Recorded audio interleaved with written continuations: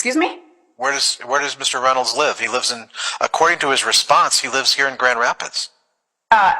When I requested this entire child support review, he bought a house in Tennessee, and he still owns that house in Tennessee. He can own a house in Tennessee, but if he's living here in Grand Rapids, Okay. that's not a change.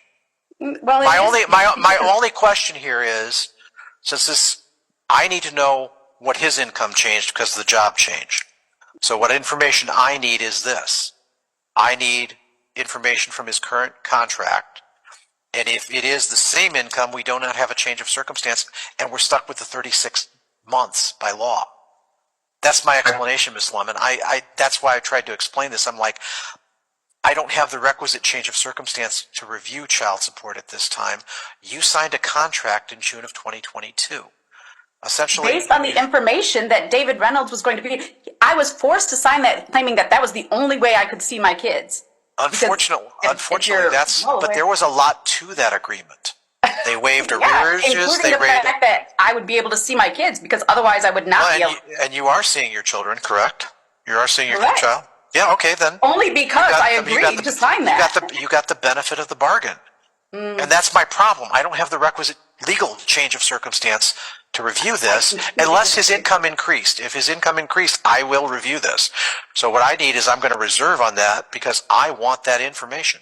Once I get it, I'll issue an opinion as to whether there's a change of circumstance or not. Mr. So he does not have the kid. He does not have her 50-50. And nowhere in my pleadings did I say it's about a 2-day difference. That was a benefit that I was giving him to try to resolve things outside of court. But again, the pleading says 2 overnights.